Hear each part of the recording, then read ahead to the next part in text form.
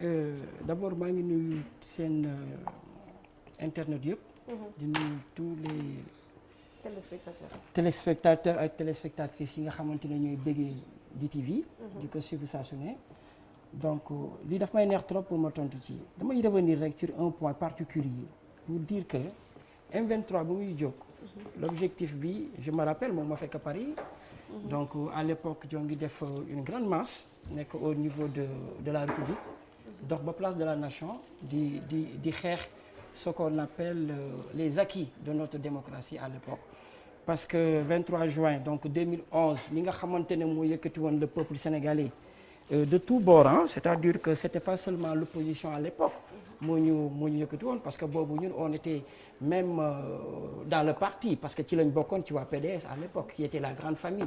en tout cas qui regroupait une très bonne partie bu regroupé woon li gën a mag en tout cas ci kuréelu politique bi ci jamono boobu li ñu jógoon pour xeex ko c'était pour ne Sénégal dafa amoon ay acquis démocratiques yoo xamante ne Sénégal yëpp ñoo ko moom te bëgguñu woon loolu nax saay donc loolu moo nekkoon li ñu yëkkati waaw mouvement nag pour la défense de la démocratie mu nekk aussi mbir bu baax ci Sénégal parce que aussi dañuy xeex lépp loo xamante ne ci seen i gis-gis ñoom même bu fekkee ne d'accord ak ñoom trop ci ni nga xamante ne moom lañ koy defee mais ñuy nuancer rek ne bokkul xam nga sookol yi li nga xamante ne moo ko tënk ci suuf bi ñu yëkkati woon M23 démb en 2011 ak tey mouvement de la défense de la démocratie donc ma gis ne par moment dafay am farfarloo parce que défendre les institutions de notre République que ce soit le président de la République je parle pas de Macky Sall je parle du président de la République que ce soit l'Assemblée nationale que ce soit notre justice ça ce sont les institutions du Sénégal bu ñu jógee bu ñu koy défendre duñ ci am farfarloo day nekk loo xamante ni dañ koy défendre pour l'intérêt du Sénégalais def ko comme si Sénégal moo ñu ñor. merci beaucoup ci sa xalaat. dafay baax tuuti ñuy interroger histoire. xam nga ñun dañu baaxee ne politique bi yóbbu nañu tey jii ci rythme boo xamante ne li xew démb dañ koy fàtte di indi toujours li nga xamante ne mooy xew tey. xam nga du guléet ñu am un esprit du peuple parce que bu ñu xoolee xëy na les plus jeunes xëy na luñ ci am luñ ci fàttaliku. mais boobu man am na lu ma ci fekke tuuti en 88 loolu de la veille des élections présidentielles ba muy am au niveau du Sénégal esprit du peuple bu mel noonu amoon na mooy ba ñuy radier policiers yu bari ya mooy am na woon juróom-ñaar xaw ma juróom-ñetti Sénégalais yoo xamante ne ñàkkoon nañ ci seen bakkan au niveau de l'avenue Centenaire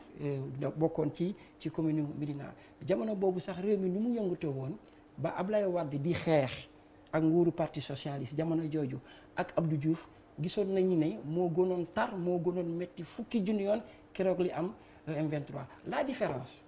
mooy que ne lële ay politique ñoo ko seqoon bii dafa am lu bees lu ci génnoon mooy dafa am un esprit du peuple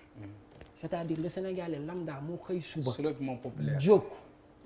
comme ni ko ëgër si di woowee c'est-à-dire moo jógal boppam te kenn yeewu ko ci kaw lalam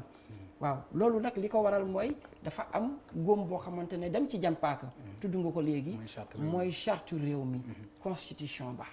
bañ koy laal la ñëpp a bokk la te nañ ko bëggoon laalee moo rafetul forme ba la ca biir muy fond ba gën a ti bon mel ni ñu ne tey ji cancer ak diabète wala tey ji sax ñu ne Covid-19 ak cancer nga xamante ne dalay topp di la gaañ di la ronger ba indil la musiba lu waral loolu mooy nit a mënul nangu même ki jàngul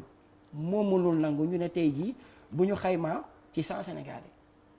ñu war a dem ci élection présidentielle tey jii ñu ne 25 Sénégalais ya 25 ya bu ñu voté lay Ousmane Kanté mooy gagné réew mi 75 ya seen kaddu amul solo xelam mu mënul nangul loolu yaakaar naa suñu président à l'époque ci jamono jooju nga xamante ne sax demoon na sax ci xelam bu ñoom ak ci xëy na bëggam réew mi mu bëggoon Sénégal ak tey jii fekk réewu Sénégal tollu woon tey jii Sénégalais yi demoon nañ sax ba ne du ñu déranger sax pour mu dem ci beneen 3e mandat mais la mu laal mooy laalaake ba moo baaxul. loolu nag li ko indi tey par rapport ak M2D dama ñëw fekk ci sama sang bii ca la mu wax tey dafa war a nekk bésu noos bésu fekk tey jii warul woon nekk bésu fitna parce que dañuy feete la nga xamante ni moo ñu permettre. ñu am ay acquis démocratie un renforcement de nos institutions. pourtant du bésu fitna de. waaw dañ ko fàttaliku rek. waaw non bésu fitna dina am parce que tey ji bu ñu toogee ba ñaari mouvement kenn ku nekk di xëccu ñi ñoon maa nga Grand Yoff tey ñii noon maa nga place de l'Obélisque wala ñi ñaan maa ngi au niveau de la RTS ñii di xëccu ne bés la boo xamante ne dañ ci war a fàttaliku xeex bu doomu réew mi jógoon mel ni talaatay ndeer bu bees ñeneen ñi jóg ne du fi amee day nekk loo xamante ne ñële dañu wàcc yoon bañ leen tegoon tey ji dañu dugg ci beneen yoon ma gis ne mais est-ce que juste une question fekkee naa